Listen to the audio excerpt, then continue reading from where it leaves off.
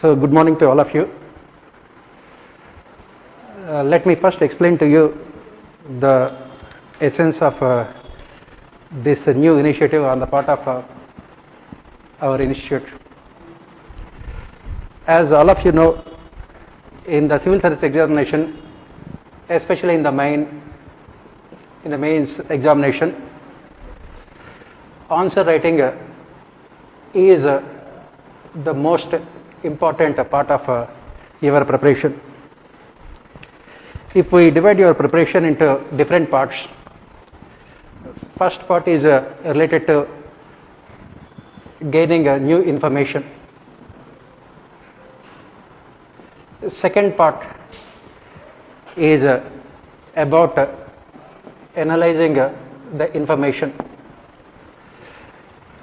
Third part is about the answer writing.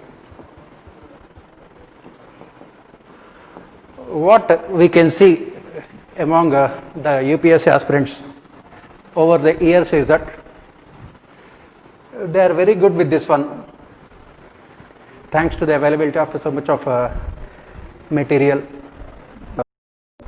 online and offline. There is no problem with this information.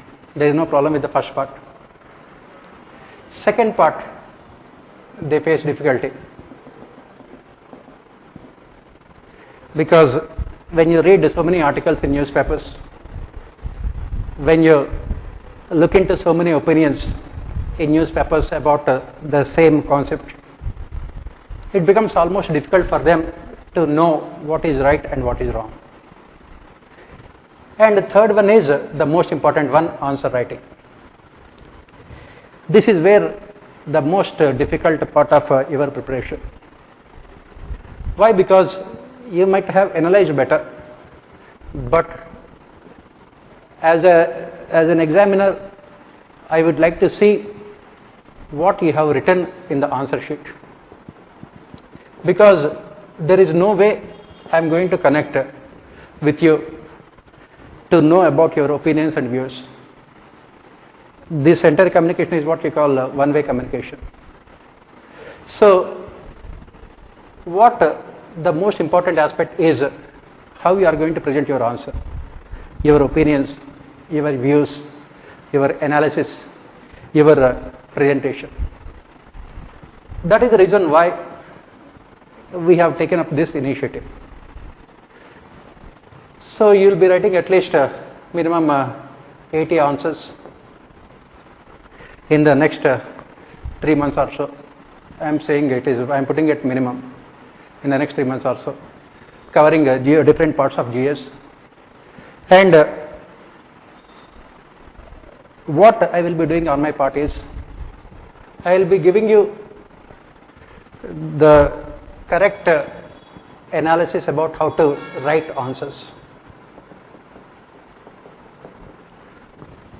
It is not about writing more answers. Definitely, it is said that practice makes one perfect. But writing only more number of answers will not solve your problem. You should know what are your mistakes. You should know where you are going wrong. That is when you can become more perfect. And as part of, again, as I said, this initiative, you should be able to know where you are going wrong and how to improve. This is the essence of the whole initiative. So you will be writing every day one answer. And another important part of this initiative is that if you are writing one answer every day, it gives you some kind of a discipline which is necessary for this examination. Now that the examination is postponed, people tend to relax, and they might be thinking that we have a lot of time, and they might be thinking that we can do the things later. This will give you a little bit more urgency to your preparation. It can instill the much needed discipline in your preparation. So what we will be doing is that we will have these different papers of GS I will be giving you what are the questions that are going to be for the next 4 days, so that you can prepare from those topics. For example, from today onwards, that is 12th, 13th, 15th and 16th. These 4 days you will have questions from ethics, because this is one of the most important papers of your general studies. This is where your chances are almost will be determined in terms of whether you are getting into services or not. So I am starting with this ethics. So for the next 4 days you will be getting questions from ethics paper, and after that I will be discussing the questions. After that I will be giving you again what are the other topics that we will be dealing with in the coming days. So this is how we shall be proceeding. Apart from that, I would request you to upload your answers in our Telegram group, so that you can read the answers of you other people who are writing the answers. You can learn new things from other answers, because there are so many ways, there are so many opinions, there are so many views. As we study in our ethics paper, truth may be one, but it can be told in different ways. Truth can be analyzed from different perspectives. In the same manner, when you are writing answers, there is no single answer which can be called absolute.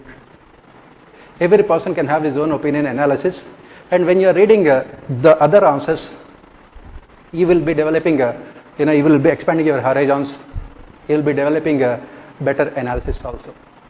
This is the heart of the entire initiative. Those who have not joined the Telegram group, I request you to immediately join the Telegram group. To join this Telegram group, you can contact Mr. Vikas Bharadwaj. His number is 844-753-2310. You can send him a message, and he will include you in the Telegram group. So this is what about the initiative. Coming back, as part of our schedule, every Friday we have this current affairs discussion regarding various topics of general studies, especially from mains perspective. For example, one day we can have discussion on economy, other day it can be on social issues, next will be on disaster management, other day it can be on internal security, another day it can be on ethics, and other day on international relations, polity, governance. We will be discussing all these things from current affairs perspective. So as part of this current affairs discussion, today let me take up Indian economy. We will be looking at the things in a broad manner, and we can go in depth as and when it is required. If you look at in the last 4 months, if you look at it, there are only two things people are worried about. One is corona, second one is economy. As someone said, if the history of the world has to be written, it has to be BC and AC, not AD. BC means before corona, AC means after corona. So this is one of the most seminal events that have taken place in our recent history. And you must have, I don't have to discuss too much about corona, because all of you have become part of it, are witnessing it. So let us focus on economy. What we are going to do. What is the status of Indian economy? What kind of challenges this corona has posed to Indian economy? And what are the challenges related to global economy? And how we are going to deal with all those things. This is what the crux of today's discussion. So, since all of you are sitting at home for the last 3.5 months, you must have been reading so many newspapers. You must have been going through so much of analysis about economy. We have Niti Ayog. We have Finance Ministry. We have these think tanks. And we have this PMO. All of them are coming out with so much of analysis about economy. What is the present situation? And how to deal with the situation? What is going to be the future? There is so much of analysis.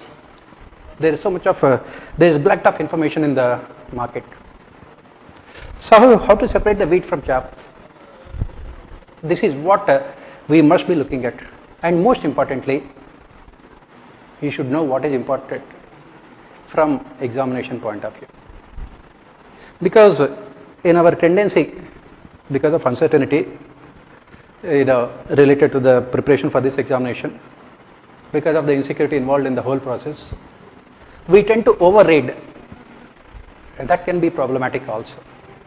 We tend to complicate the things. That will be suicidal. So what we must remember is that when we are dealing with these economic aspects, we should be as much simple, as much clear as we can be. How to do that? So if I were to present you the gist of what happened in the last 4 months or so, there are some words which are being repeated by everyone. People are talking about supply side economics. People are talking about demand side. People are talking about fiscal policy initiatives. People are talking about monetary policy initiatives. They are talking about the stimulus packages. Why and how they are going to be effective or they are not going to be effective. Apart from this, as part of the reform process, the government has come out with so many radical reforms also.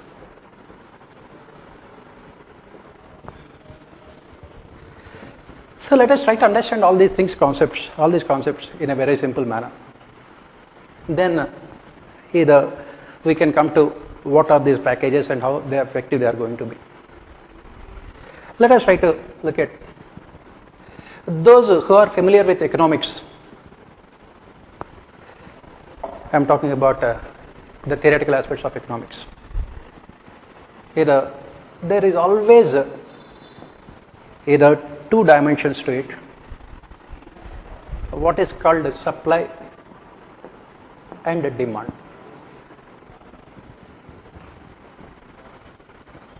It is supply and demand at the end of the day which determine the prices, which influences the functioning of the whole system.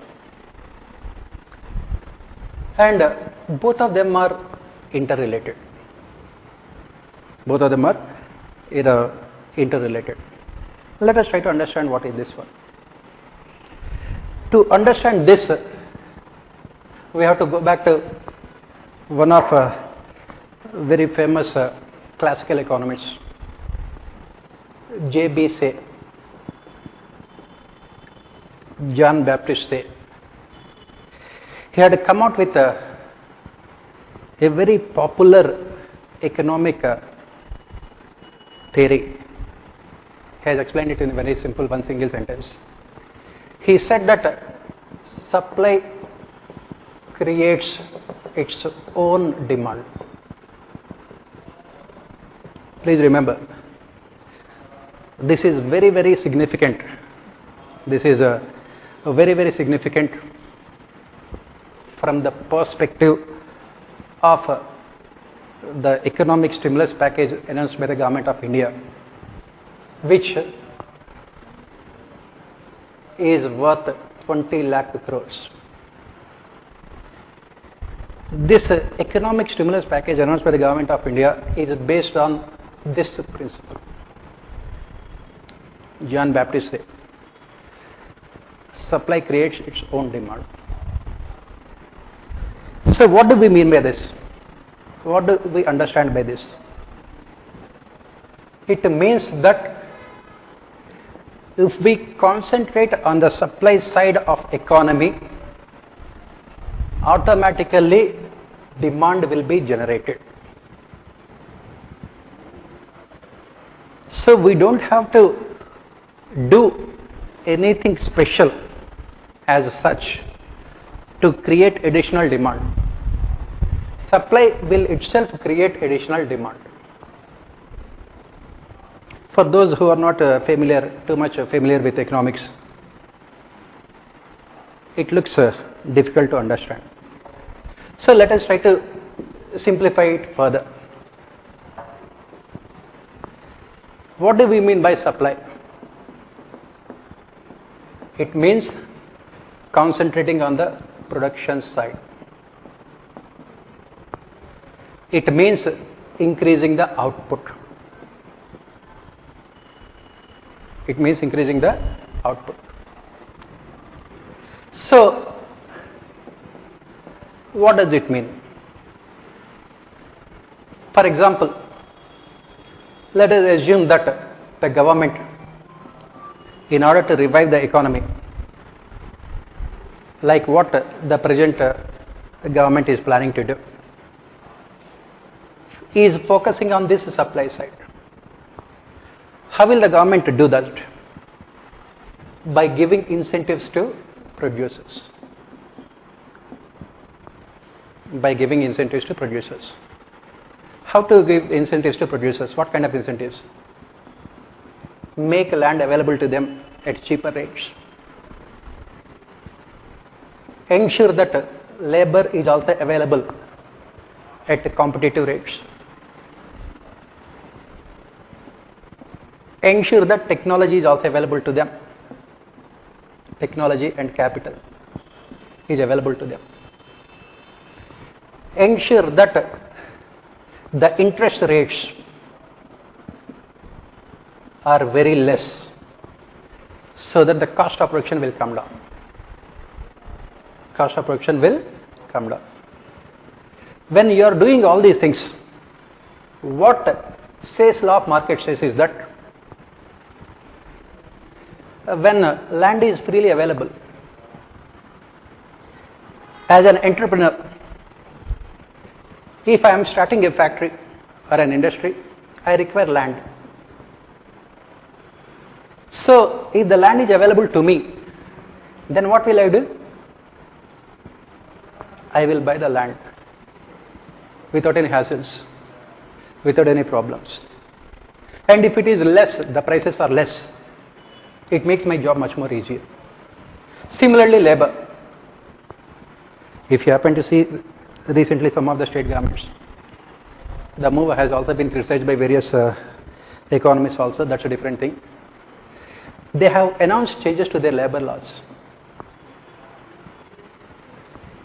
And what is the objective of the changes to labor laws?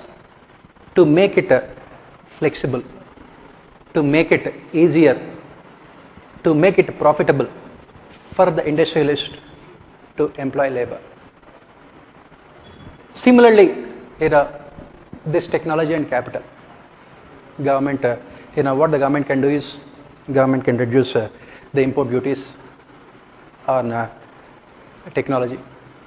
Government can encourage the domestic producers to produce it at cheaper rates. Government can focus on innovation. The other day, yesterday, our Prime Minister was speaking in this conference, wherein he spoke about 5 I's. We'll talk about them later. So this is what the government will be doing, and most importantly, reducing the interest rates, the burden of interest, because almost every business has to be run on taking loans only. So what the intention, the idea behind the entire process is that process is that when as an entrepreneur I am buying land, it means that I am putting money in the hands of landlord.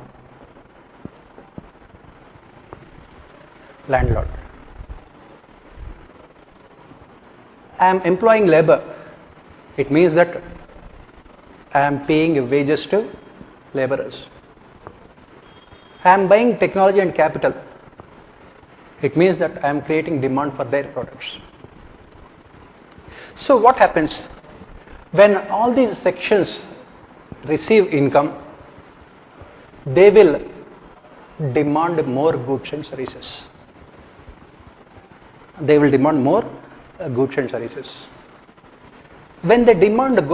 and services, in the short run, you cannot increase the prices, you cannot increase the supply. So the prices will go up. When the prices will go up, profits will go up. When the profits will go up, there will be more investment, and which ultimately results in economic revival. Interestingly, this JB-Say principle was also used by another famous economist, John Maynard Keynes, when he spoke about government investment as an antidote to depression, Great Depression of 1930s, wherein by focusing on this supply side, you will be generating demand. This is what the idea behind our present government's initiatives. Let us focus on the supply side. Automatically, it will generate demand. If we look at the 20 lakh crore package announced by the government of India, almost all initiatives can be understood from this perspective. Everything. Read all the initiatives, you can easily understand from this perspective. So if I am a producer and I am investing 100 rupees, let us assume that in all these things I am investing 100 rupees, I am generating a demand equal to 100 rupees in the market by giving income to the people, by giving more income to the people. And as John Maynard Keynes pointed out, when people income increases, there will be multiplier effect. Keynes called it as investment multiplier, which can revive the economic system. So this is what we call the concept behind the fiscal stimulus package announced by the government of India. Now let us proceed further and see what are the weaknesses, what are the problems, and what are the challenges to this fiscal stimulus package. Why the package has been criticized? Is the criticism fair and justified? And ultimately what should be done? Again, to understand all these things, we must have again little bit theoretical knowledge about economics. What is called consumer behavior?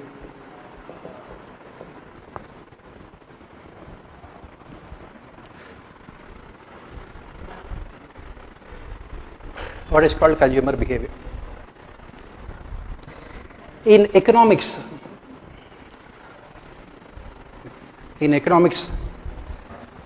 for a long period of time, it was dominated by classical economists.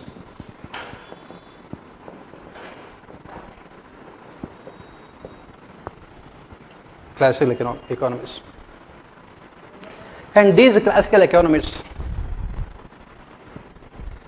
their entire theory was based on the assumption of consumer behavior, what is called rational. And what is this rational consumer behavior? Very simple. As a consumer, I will demand more goods at less price because my objective is to maximize their satisfaction. My objective is to maximize my own satisfaction. And I believe that I can maximize satisfaction only when I am able to get more goods at less prices. This is what classical economics says. Now, what is the problem here? Where is the problem here? The basic problem here is that as human beings, we are never rational. We can never be rational also. We always take decisions on the basis of our emotions. And again, going back, as John Maynard Keynes has rightly said, our decisions are never based on what is happening at the present. Please remember, this is the most important point you have to remember. As a consumer, as a producer, my decisions are not based on what is the situation at the present. My decisions will always be based on what is going to happen in the future.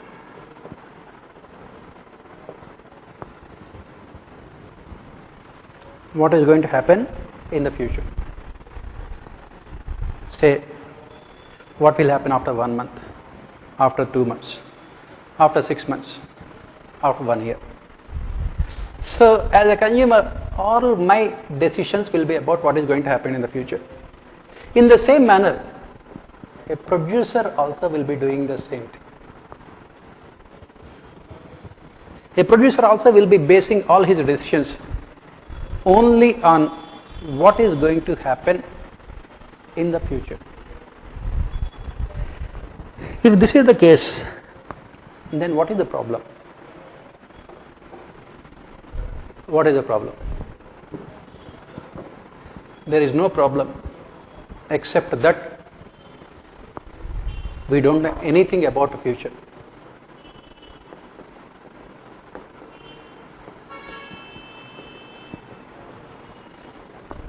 What you must remember here is that the difference between Great Depression of 1930s, global recession of 2009 and the present global economic situation. What is the difference here? The difference here is that both the problems of earlier times were caused by imperfect functioning of markets, which could have been easily controlled and regulated by the governments. That means problems were definitely severe.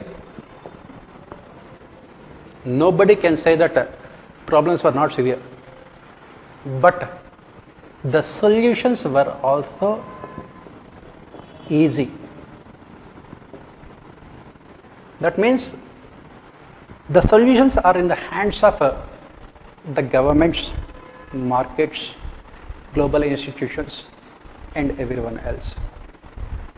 So it was not difficult to overcome those tragic circumstances. It was not at all difficult. With a little bit of determination, with a little bit of determination, with a little bit of help from economic theories, we could easily overcome. Now, what is the problem? The problem is we don't know anything. We don't know when this corona crisis are going to end. We don't know when the vaccine will come. We don't know whether the vaccine will be effective or not. We don't know when the crisis is going to end forever completely. That is where the basic problem is. Please remember, earlier problems were purely economic in nature. The present problem has nothing to do with economy. The present problem is created by external circumstances.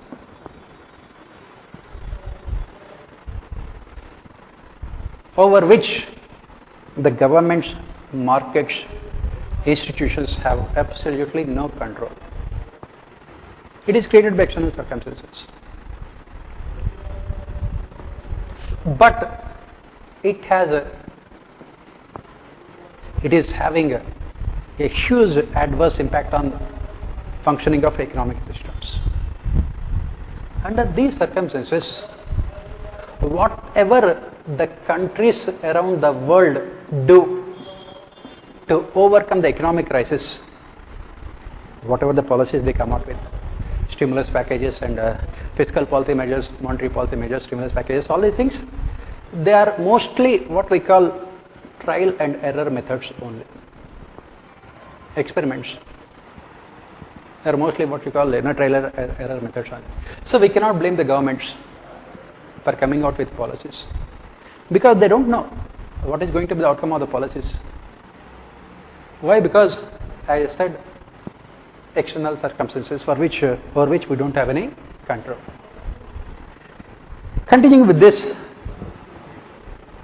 the worst part of the whole process is that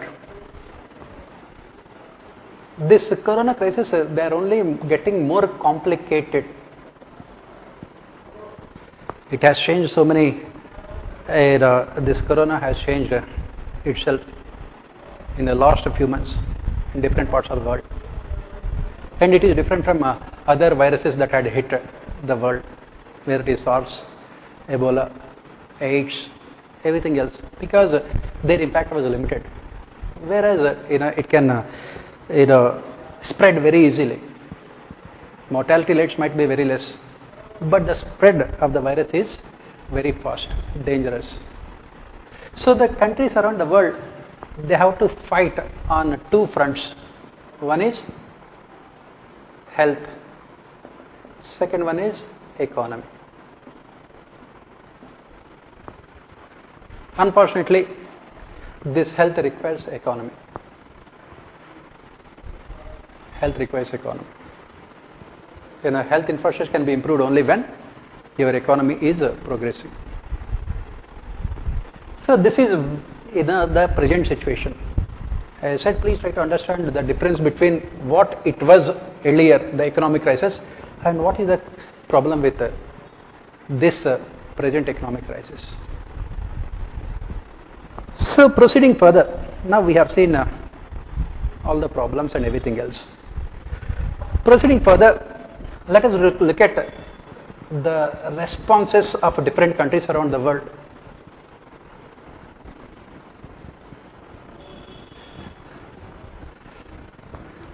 As I said, the responses of different countries around the world focused on these two aspects: boosting the supply side and focusing on demand side to revive their economies. And how to increase the demand? By putting money in the hands of the people. This is what John Maynard Keynes also had suggested long time back, to overcome the Great Depression. He said that put money in the hands of the people, put money in their pockets, put money in the hands of everyone, so that they will generate demand, and this demand can again revive the economy. That is what he had suggested. That is the reason why he had spoken about expansionary fiscal policy. And you can put money in the hands of the people in two ways. One is increasing their incomes, direct benefit transfers, give their cash. Second one is investment. This is for consumers, this is for producers. This is for producers. And this investment, you can say, is part of supply side. And this can be done with the help of what we call monetary policy. It can be done with the help of fiscal policy also, but mostly it is done with the help of monetary policy. And all the countries around the world, as I have mentioned, have opted broadly for these measures only, depending on the strength of their economies. For example, United States of America has announced this economic package running into trillions of dollars. The financial package announced by the United States of America is equal to India's GDP, more than India's GDP. In fact, it is more than India's GDP. As the government of India yesterday has mentioned, the financial package announced by India is more than Pakistan GDP. This is what we call theory of relativity, Einstein. What is big and what is small? Everything is relative. USA has announced more than $3 trillion of financial package, which is more than our GDP. India has announced 20 lakh crore rupees financial package, stimulus, which is more than Pakistan GDP. Yesterday you must have seen Pakistani Prime Minister Imran Khan has offered his assistance to India in terms of money transfer. And India politely replied that, thank you very much. The financial package that we have announced is more than your GDP. That speaks more than what is necessary. So coming back here, it is not about the volume of the financial stimulus package that you are announcing. What really matters is how effective it is going to be in terms of reviving your economy. How effective it is going to be. So, if we have to analyze how effective it is going to be, again, we have to go back to economic theory. Please remember, analysis means application of theory to present day events. Most of the economic theories which I am telling you right now, you might be knowing, but application is what really matters. If you go back to this international trade economic theory, the famous statement that is made in international trade, it is said that trade is an engine of growth.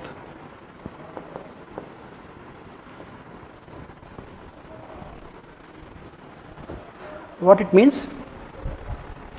It means that if we have to ensure rapid economic growth, the most important role has to be played by trade. Without expanding your trade, especially international trade, it is not possible to revive your economy. I'll just give you one simple example here, simple fact, not example. When India was growing at 9%, between say 2005 and 2008 or 9. These were the years when the economy was growing at 9%. Our exports were growing at around 28%. Our exports were growing at around 28%. Now, if you look at the statistics, our growth rate has come down drastically. If you look at the last quarter growth rate, according to the Government of India, it is around 3%. And you can see the exports. They have stagnated, they had come down. So, what you must remember here is that, if you have to boost your economy, there is no other way out except improving your trade prospects. And that is where again the problem is. What is the problem here? The problem here is that with this corona crisis, almost all the countries in the world are opting for autarky, that is closed economic systems. The process had begun much before this corona had hit us, thanks to US-China trade war, thanks to US, Trump's America First policy.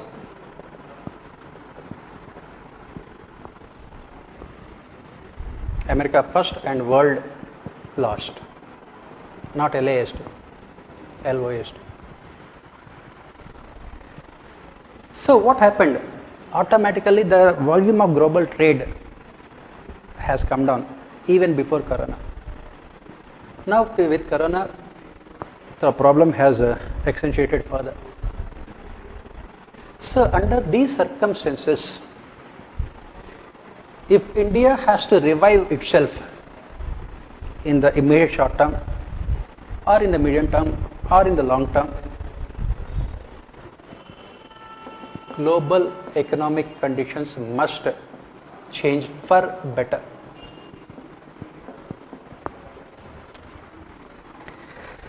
So, if you remember, our Prime Minister, he had come out with this slogan, Atmanirbhar Bharat, which is very good, catchy.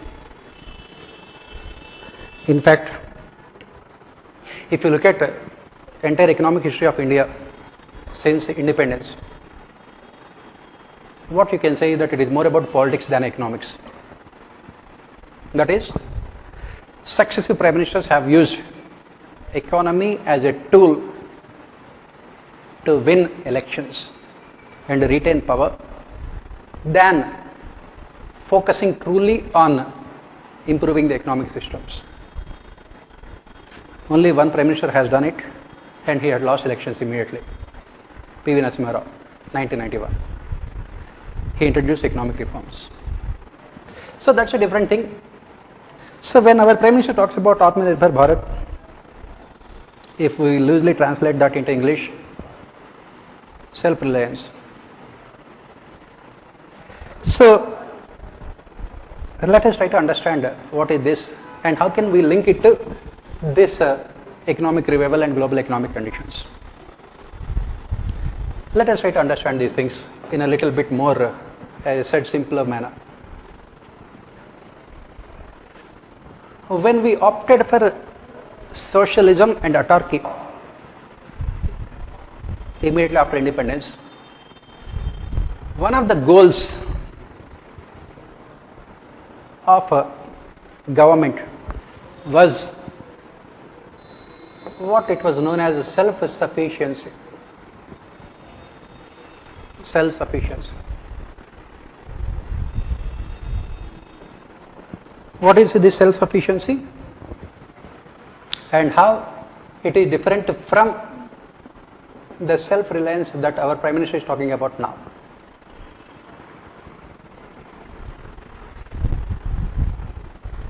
As part of self-sufficiency, the Government of India in its industrial policy resolutions, especially 1955, I think, 1948, 1955, it has said that we must be able to produce everything that is being consumed in the country. We should not be dependent on any other country for our consumption purposes. That means since we are living in autarky, we should not depend. We should be able to produce everything in our country. We should be able to either provide to our people everything on our own without depending on other countries. That is the reason why one of the byproducts of this self-sufficiency was import substitution.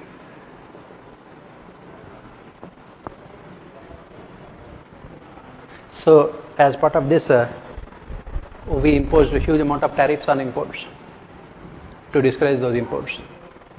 We have given protection to our domestic producers also.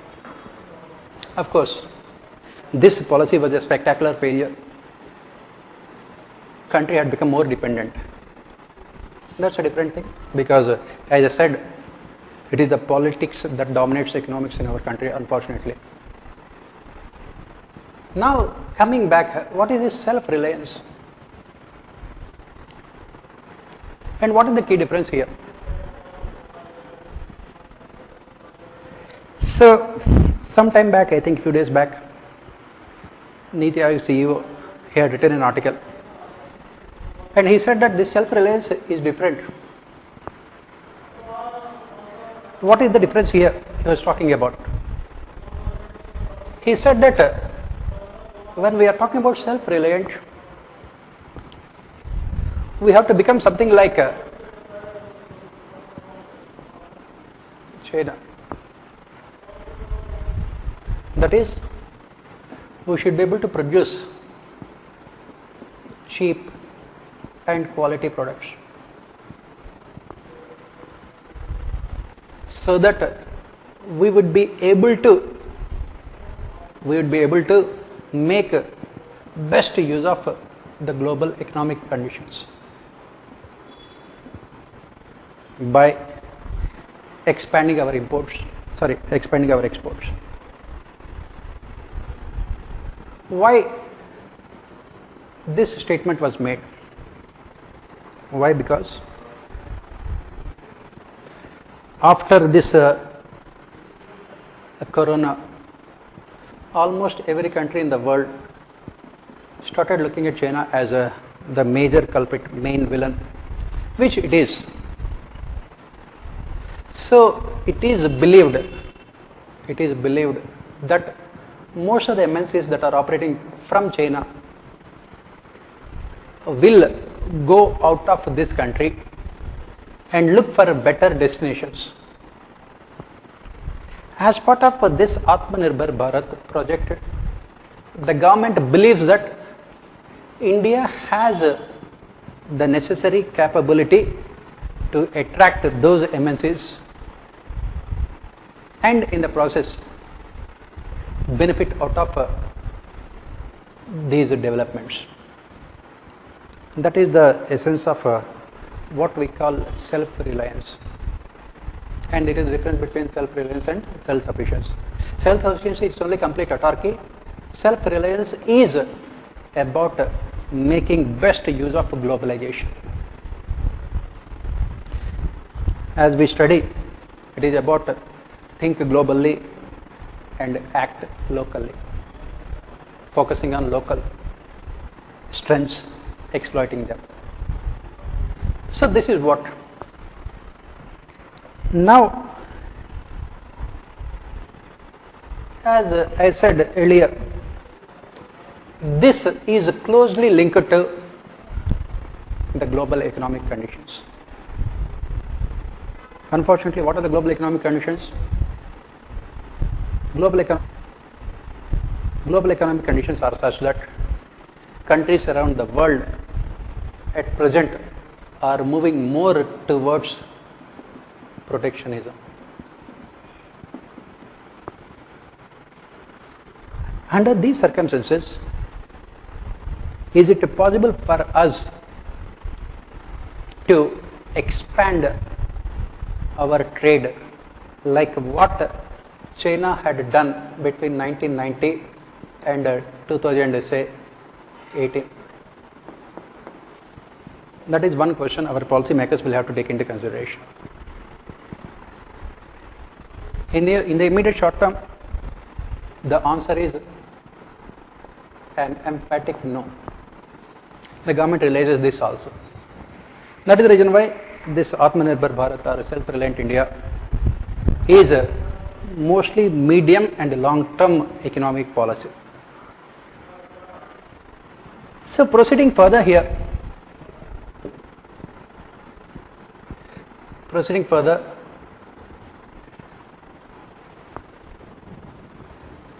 to make this self-reliant India successful as part of the financial package to the tune of 20 lakh crores, the government had come out with various initiatives.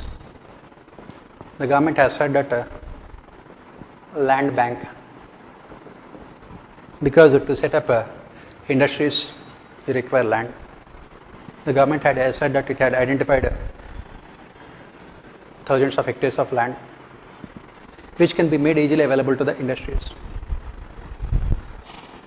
The government had announced reforms in agriculture to make agriculture more profitable. The government had come out with a huge package for MSMEs.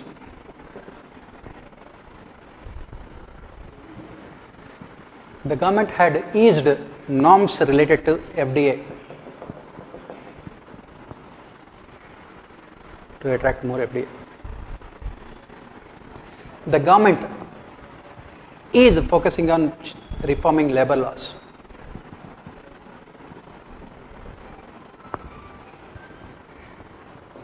Next,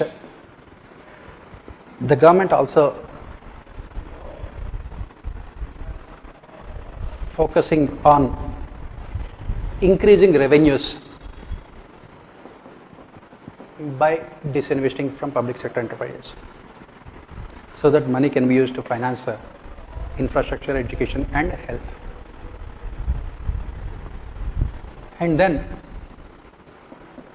government also, to encourage local entrepreneurs, had come out with package for these street vendors also.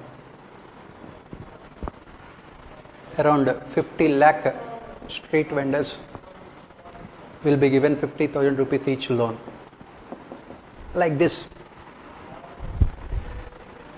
All this is a part of the financial stimulus package announced by the Government of India. And then on the supply side, RBI was also asked to come out with various initiatives. In fact, most of these initiatives will be implemented with the help of RBI. RBI has progressively reduced repo rates and reverse repo rates, which is the demand of the industry for a long period of time. And it has also released more money to banks so that they can give more loans. And with inflation under control, with agriculture progressing well, the only bright spot in an otherwise gloomy economy at this point of time is agriculture performance, almost 4%. The government believes that we can revive the economy. So this is the essence of what the government has planned in the last few months. It has targeted all the sections of society. And then, of course, as part of this demand side, government has distributed money by putting money in the accounts of women, transferred money to them every month 500 rupees. Along with this, government also has implemented this agriculture, wherein it has transferred money into the accounts of farmers, 6,000 rupees per month. So these demand side measures coupled with all these supply side reforms, government believes that we can definitely revive the economic system.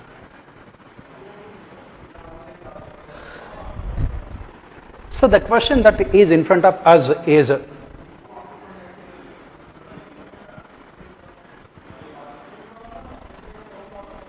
it possible to revive the economic system with these measures? First. Second, what are the challenges? What are the problems with these measures? Third, what should be done? These are the three questions that we have to answer.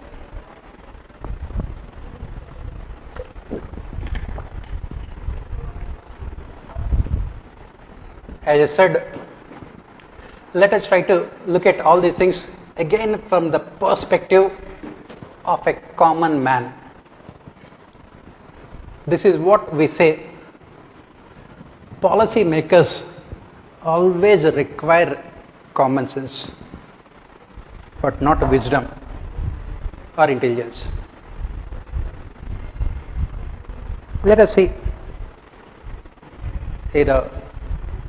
by analyzing all these measures, whether they will be successful or not. Starting with agriculture. As you can see, government has focused on both demand side and supply side.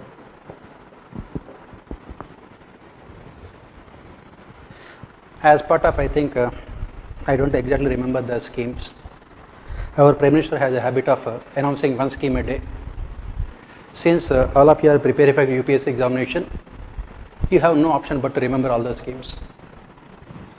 I think the name of the scheme is Pradhan Mantri Krishi Kalyan Yojana, something like that. You can correct me if I am wrong. Wherein, the government would be transferring money into the accounts of farmers, 6,000 rupees per month. The government has said that they will increase the amount also over a period of time. As part of supply side reforms, the government has said that it will implement two important reforms. To understand these reforms, we should know about the state of agriculture in India. If we look at agricultural policy of successive governments since independence till now, all these agricultural policies focused only on consumers, but never on producers. They only focused on consumers but never on producers. I'll give you the best example. Imagine you are Mukesh Ambani. Just imagine. Beyond that, I cannot do anything. Even difficult to imagine also. And government comes and tells you that you can sell your product only at the price fixed by the government.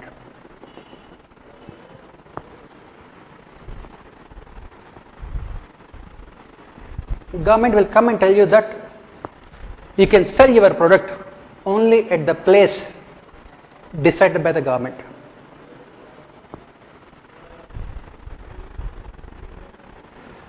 Government will come and tell you that the quality, everything will be decided by the government. Quality and quantity. How much you have to put quantity, how much you have to produce. Will you do business? You will say that get lost, I will not do business. But that is what the government has done with our farmers, that is the producers, in the last 70 years. Farmers are not given freedom to produce what they want. They are not given freedom to sell where they want. They are not given freedom to determine the prices. Everything is done by the government. Why? Because, as I said, if I have to say, agriculture is the only industry in India where government has complete control over policies.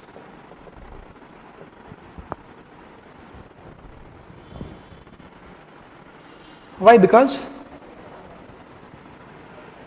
government is only concerned about consumers. That is, one, prices, second one is availability. That is the reason why it is said that Indian farmer cries more when there is abundancy of, when there is a excess production than scarcity of output.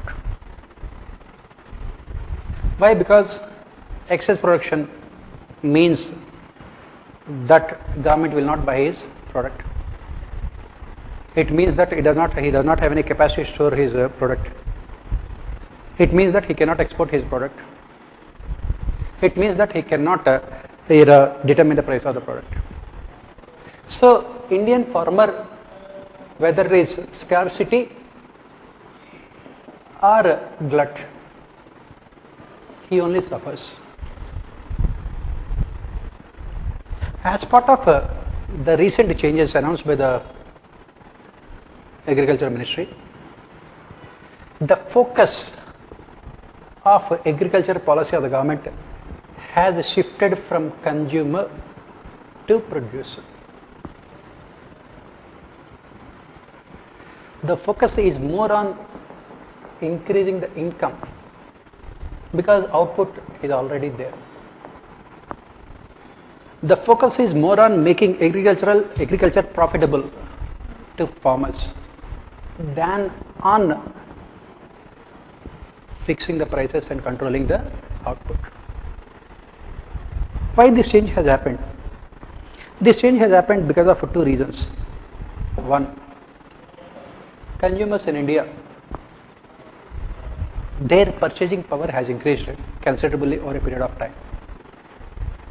Second, India has one of the largest welfareist states, wherein as part of Food Security Act, almost 66% of our country is covered under it. So the government is not unduly worried about prices and output, controlling the prices and output. Now the government is focusing more on increasing the incomes of farmers. That is where we must see the agricultural policy that was announced by the government recently. So what is the policy? Two important things. One is Essential Commodities Act. Second one is this abolishing APMCs. These two were the major changes. This Essential Commodities Act was passed in 1955 when India was a scarcity economy. Nothing was available. As part of this Essential Commodities Act, the government can raid producers,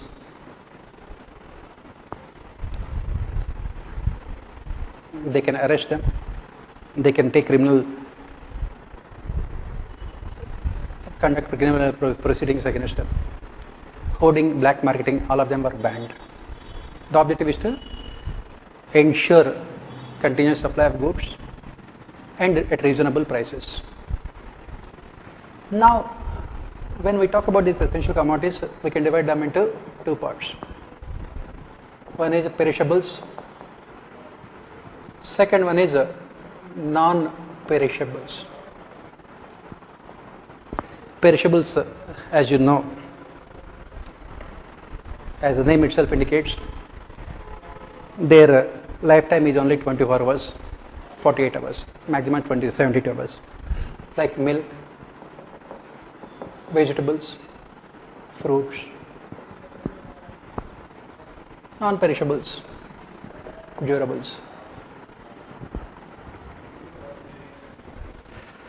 So this is what the essence of this act. Now what is the problem? The problem is that if I am a farmer, if there is excess production, for example, as all of you know, government announces MSP for 24 crops, but in reality it buys only 2 crops, rice and wheat, especially vegetables and all the things. Farmers have no option. So when there is glut in the market, the farmer suffers. Why? Because the prices will crash. He cannot hoard them, he cannot store them, he cannot wait for the prices to go up again. When there is scarcity in the market, it is the middlemen who will benefit. Why? Because farmers will sell their product to middlemen, and this middleman will be the one who sells it to consumers.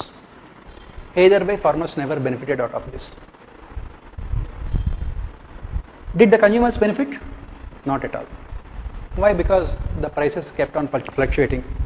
If you look at one of the major weaknesses of our economic policy since independence has been our complete inability to control the prices, inflation, especially in essential products. So that is the reason why, as part of the recent radical reform that the Ministry of Agriculture has come out with, they said that they are removing this Essential Commodity Act. What are the benefits here? The benefit here is that they can store the food grains, they can wait for the market to revive, then they can sell them in the market. Another important benefit here is that it will improve agricultural infrastructure. Thanks to this Essential Commodities Act, there was absolutely no warehousing and storage facilities in India, especially for perishables. Absolutely no. Why? Because nobody wants to invest. Because if you are storing means you are a black marketer, immediately the government will come, the Inspector Raj, the government inspectors will come, they will raid, they will take away all your products, they file criminal charges against you. So nobody wants to invest. That is the reason why infrastructure in agriculture is almost nil in our country. Thanks to this changes, it is believed that there will be more infrastructure coming into agriculture sector. If this is the case, we should welcome it, but there is some problem. What is the problem here? The government still retained its control.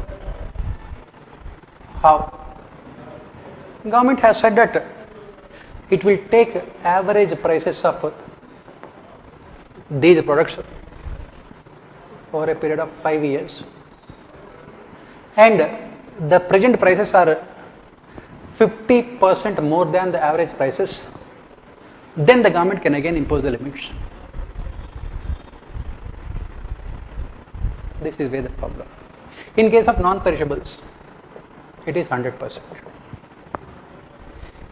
The problem is that either do it fully or don't do it. You are giving it with the right hand and taking everything with the left hand. Let us take the example. Average prices of, say, onions are around, say, 20 rupees per kilo in the last 5 years. As all of you know, every year towards the end of a monsoon season, the prices of onions will always go up, especially towards the end of November, December and January. They will go up to 80 rupees and 100 rupees. This is a annual phenomenon. Then immediately government will come and take action against them. So under these circumstances, why anyone on earth will spend money on storage houses, warehouses and other things? So that is where the problem here is. So the basic thing here is that the government wants to retain control in the name of protecting consumers. With so much of limitations, controls and regulations, is it possible for you to attract investment in infrastructure?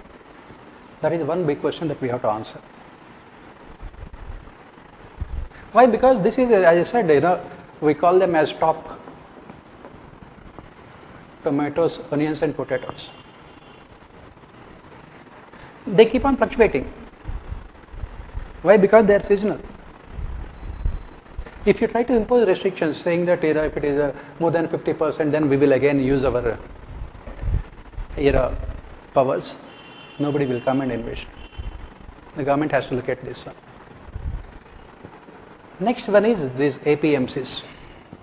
The government has said that this APMCs is part of a socialistic Raj, which had become citadels of corruption. They are controlled by local politicians who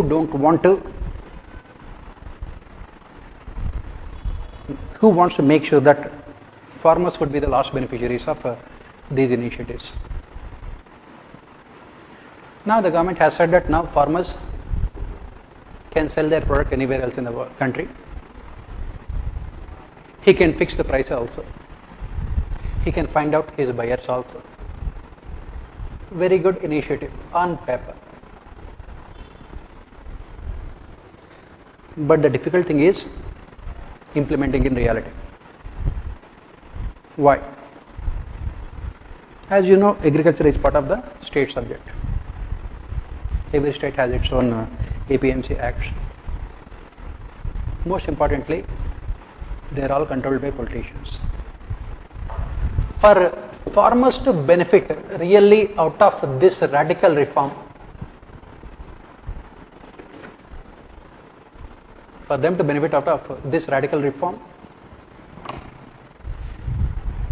we must create necessary infrastructure. Without creating necessary infrastructure, this reform will remain only on paper. First, farmers must have knowledge about prices in different parts of the country for their products. Second, farmers must have the ability to transport their products to different parts of the country. Third, there must be continuous connect between farmer and buyers in different parts of the country. Connect between farmers and buyers. Fourth and most important, they must have the ability to store their products for a long period of time. Fifth, as I said, the state governments must agree for all these reforms. without focusing on any of these things, and you say that we are giving freedom to the farmers, it is just like saying that India got freedom in 1947. Beyond that, nothing else. So you implement all these reforms first, then come to the other one. So when we are talking about giving farmers the opportunity to fix their prices and also determine their buyers, first create abilities in them. That is what Amartya Sen talks about all the time. First enable them, create abilities in them. Then only these reforms can be successful. So this is about agriculture. As you know, what is the present situation, what are the reforms introduced by the government, why those reforms cannot be effective, and what should be done. Please remember, these are the questions. If you look at UPSC mains paper, in the last few years or so, out of 10 questions they are asking from economy, 4 are from only agriculture. I don't have to tell you the importance of agriculture. You must have complete conceptual clarity. So let us look at other initiatives of the government as part of this fiscal stimulus package and Atmanirbhar Bharat and everything else. So the underlying idea behind this Atmanirbhar Bharat is that most of the companies from China, MNCs, are planning to vacate China and look for greener pastures. And India, we believe that we are that country, we are that dreamland wherein they would automatically come and invest. This is what the underlying assumption. What is the ground level reality? Recently, some study was published. Out of 100 MNCs,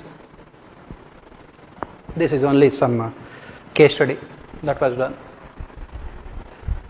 who have shown willingness to leave China. 40% of them have gone to Malaysia and Thailand.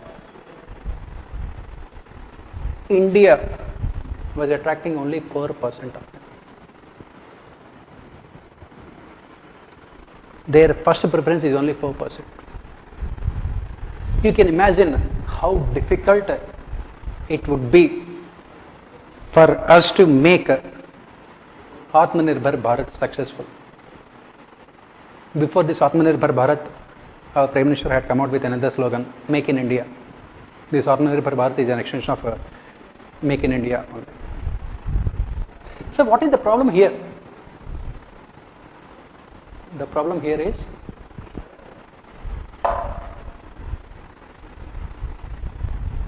everything. For example, land. The government has said that it has identified the land, but land is part of the state list. Some land is part of central list. Some land belong to defense and private parties.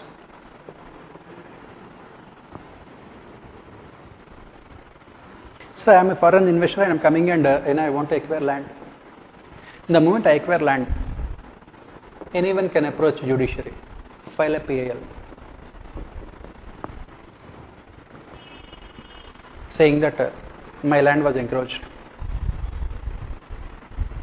Because unfortunately in India, land deeds are not transparent. So this is the first problem. Now, labor.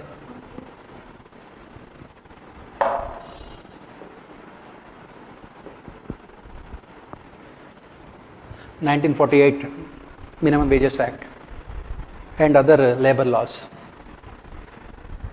If you look at all the labor laws, they were part of what we call socialistic Raj, which promoted inefficiency, trade unionism, and politicization.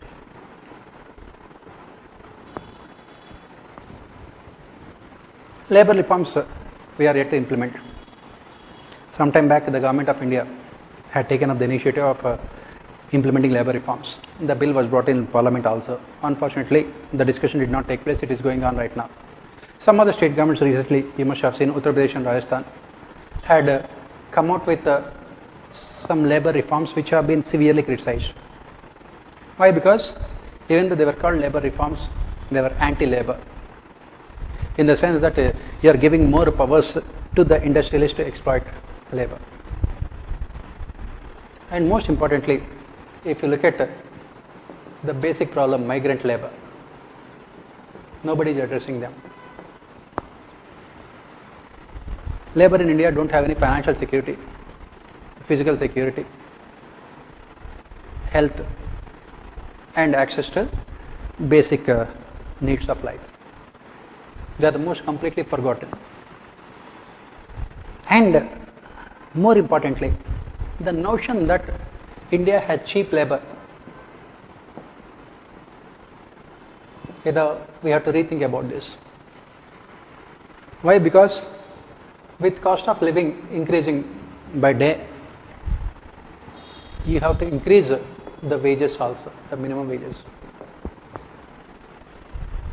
Please remember, most of the factories and industries are coming up in metro towns, metropolitan cities, wherein the cost of living is very high. Cost of living in Bombay, or what you call it as Mumbai, is very high compared to cost of living in a village in Uttar Pradesh or Bihar. If as a laborer you are working in Bombay, you are paid wages according to that cost of living. He cannot be paid wages according to what is the cost of living in a village in Mumbai, in UP or Bihar. So obviously the benefit, the government which is talking about in terms of cheap labor, is not there at the ground level. Why? Because this so-called cheap labor is available only in villages where there are no industries. This is what we say, microeconomics is very important. At the macro level, you can talk about so many things, but at the ground level, the situation is completely different. As part of labor reforms, the government is talking about all these things, but implementing is where India is always finding itself on the failure front. Next important problem related to this Atmanirbhar Bharat is about technology. This is the problem we faced in Make in India also.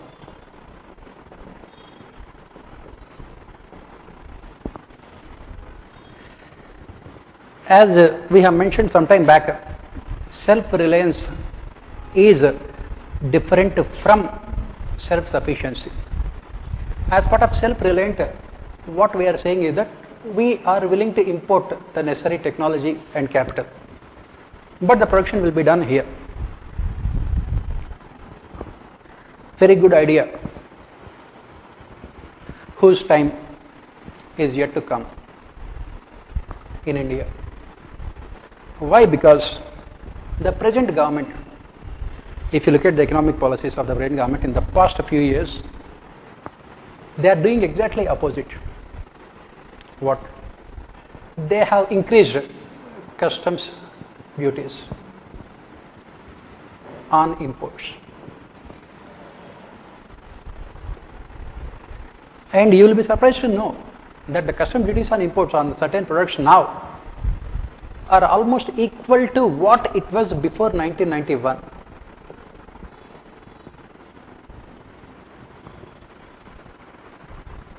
Under these circumstances, is it possible for us to make self-reliant India successful. You cannot have the cake and eat it too also. That is what the government is trying to be. On the one hand, government by increasing the custom duties wants to increase its revenues. On the other hand, it wants to ensure that programs like Make in India can be successful. We cannot have both the things. For example, if you look at it, most of the textile and apparel industries from China, they are going to Bangladesh now. They are not coming to India. Why? Because, as I said, the same problem. India tariffs are very high. When Donald Trump says that India is a tariff king, he is not far from reality. If you want to attract, create the necessary conditions. Next problem, this is the one which has been criticized in the media in the last few days or so, as part of the fiscal stimulus package announced by the Prime Minister. As I said, most of the fiscal stimulus package focused on supply side.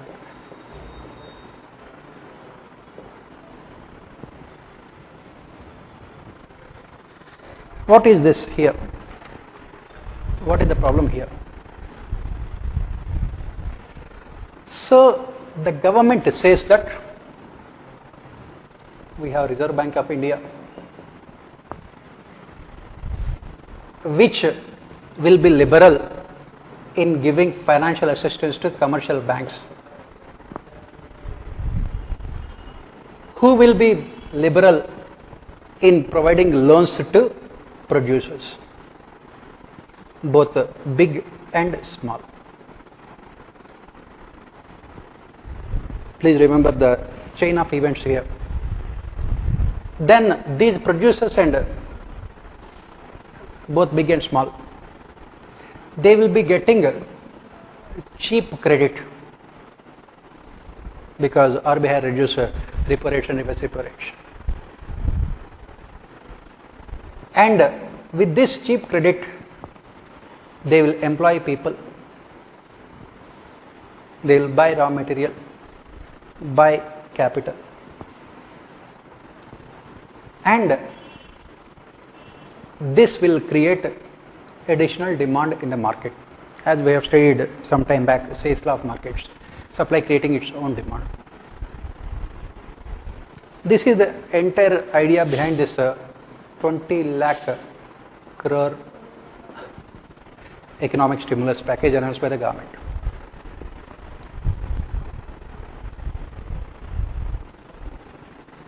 So what is the problem here? RBI in the last few months has given more money to the banks as part of what we call expansionary monetary policy. Please remember, this entire thing is a part of monetary policy.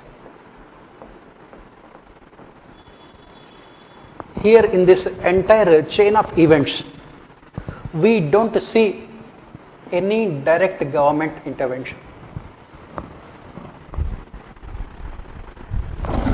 Sorry, this entire thing is related to completely banking and financial system. What is the problem here? As I said, in the last few months, RBI has given money to banks. These are all the estimates only, we don't know exactly the reality. It is said that RBI had given around 4 lakh crores of rupees to banks. Some people say that 4 to 6 lakh crores. So that banks can give that money as loans to producers. What did the banks do? Banks are having excess liquidity. What did they do?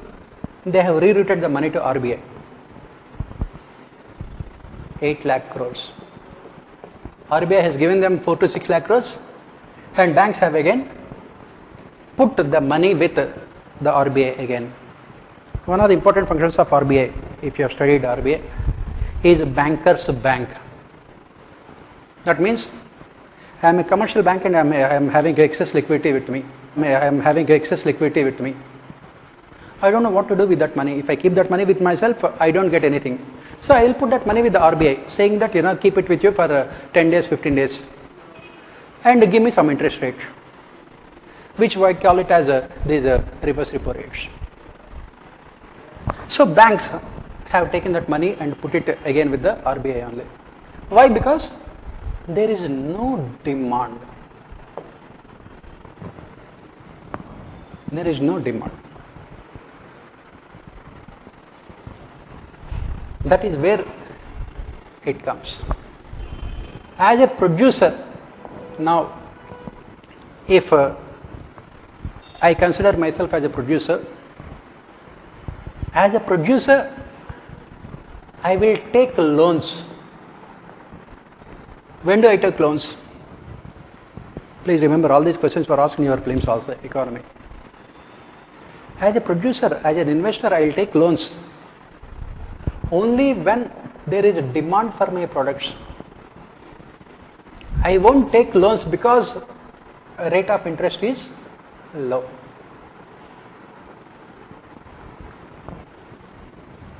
This is where the government is committing the mistake.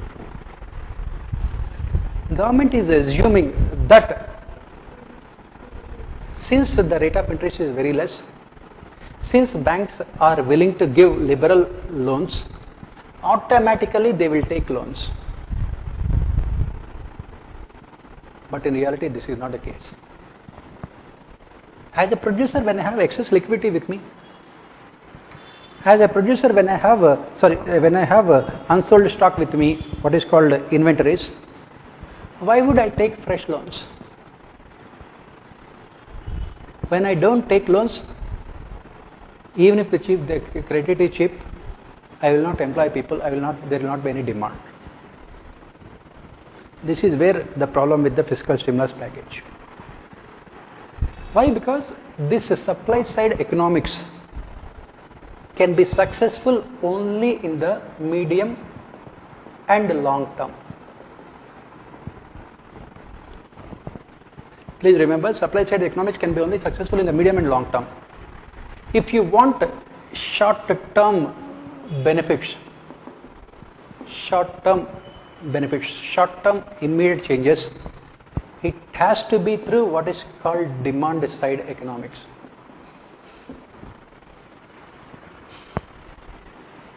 As we have mentioned again, the supply side economics is mostly related to monetary policy, whereas this demand side economics is mostly influenced by fiscal policy. This is where our policy makers at this point of time are moving in the wrong direction. Why and what should be done?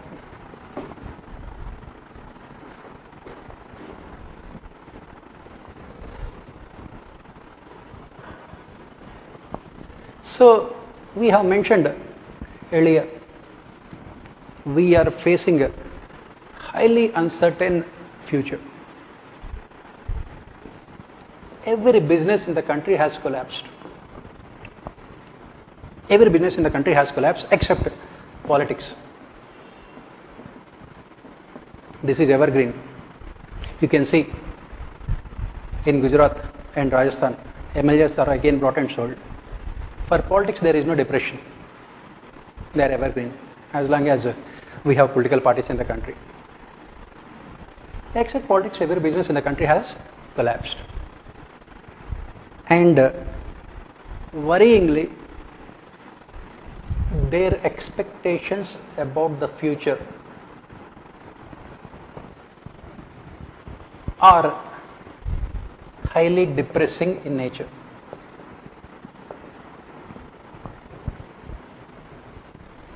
It is said that unemployment rate in India at this point of time is 25%. That is, 1 out of every 4th person is unemployed. 1 out of every 4th person is unemployed. Then, What is the consequence? When you are unemployed, you will not have any regular income. There is no income. When you don't have any income, there will be no demand. Demand will be zero. When there is no demand in the economic system, any amount of supply side measures will always be a failure. So in the short term, what should the government do? Let us see now what should the government do.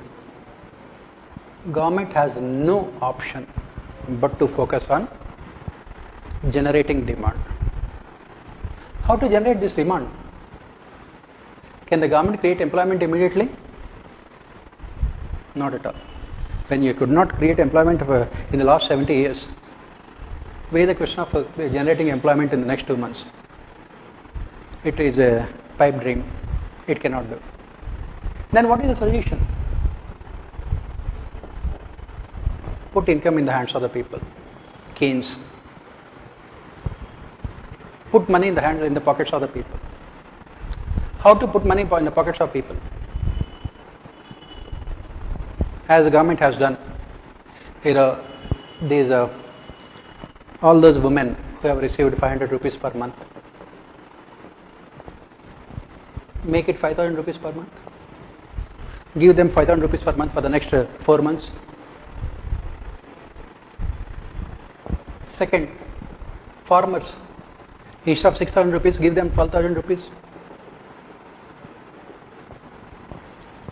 Come out with a new program called unemployment allowance and give people this unemployment allowance for the next 6 months, at least 3,000 rupees per month. Ask them to register, give them unemployment allowance. Then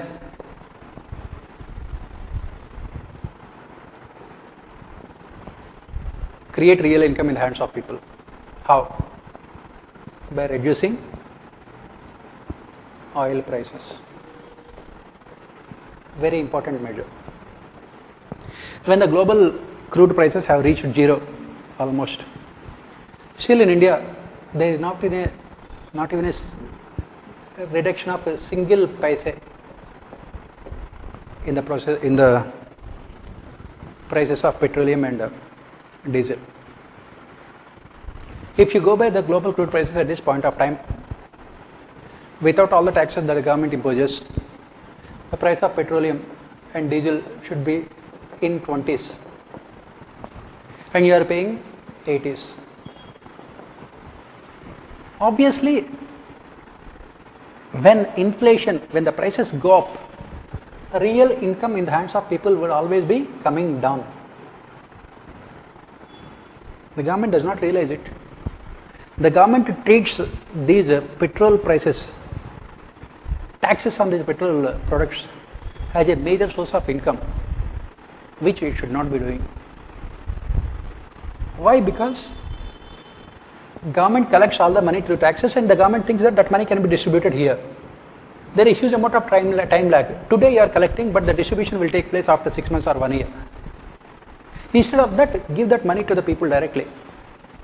Let the petrol and diesel prices be reduced to 30 rupees, 40 rupees per litre, so that the transportation costs will come down. I am a farmer. The government has announced that I can sell my product. Say I am producing in Punjab and there is demand for my product in Bihar. If I have to send my product to Bihar, transportation costs will be so high that it becomes irrelevant. So let the transportation costs come down, so that it can help in reviving the economic system. This demand side, let the government, at least for the next 1 or 2 years, need not worry about fiscal deficits. The entire world knows that our fiscal deficit is in the range of 5 to 6%, even before Corona. We have manipulated the deficits that everyone knows. So why to be so rigid about these things. Let the fiscal deficit go up to 8%, no problem, 10%, let it go. Let the government opt for monetized deficit. That is, let the RBI print currency. Put the money in the hands of the people. Let us not worry about these rating agencies, global rating agencies. Investors will come if they find your country a heaven for investment. They will not go by these global rating agencies. Let the government worry about its own people than what global rating agencies think about. And focus on all these things. Immediate demand side measures. And try to put more money. This is what the government can do. Second one is, the government must create confidence in the people. This is where again a major problem. As I said, it is a consumer behavior, it is complete psychological. As John Maynard case says, psychological law of consumption. And it does not follow rationality. This is where again you require governance. This governance must create confidence in the people.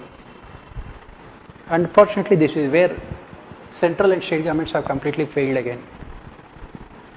They simply could not anticipate the problem of corona. Initially, they overestimated the problem. Now they are underestimating it. And finally, the entire health infrastructure in the country has collapsed.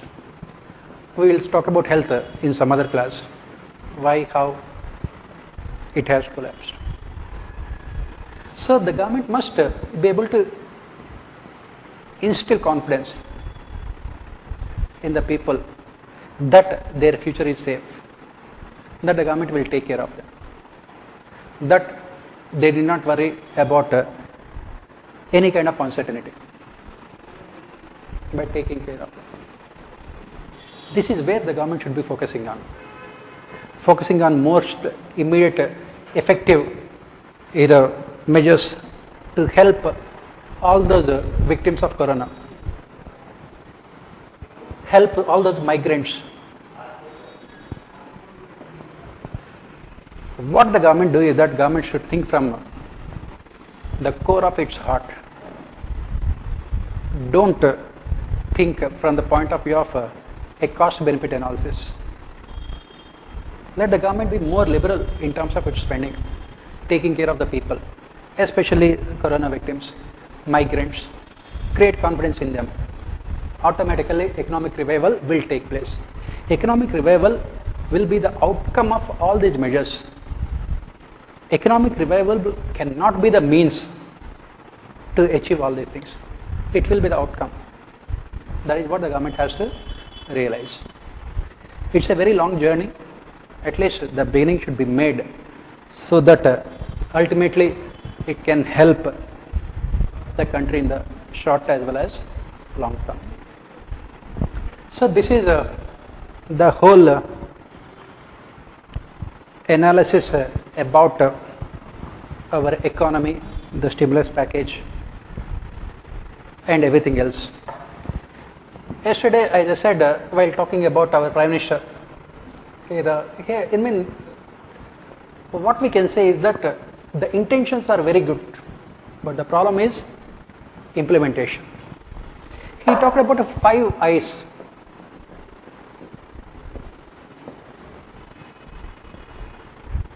To revive economy: intention, investment, inclusion, infrastructure.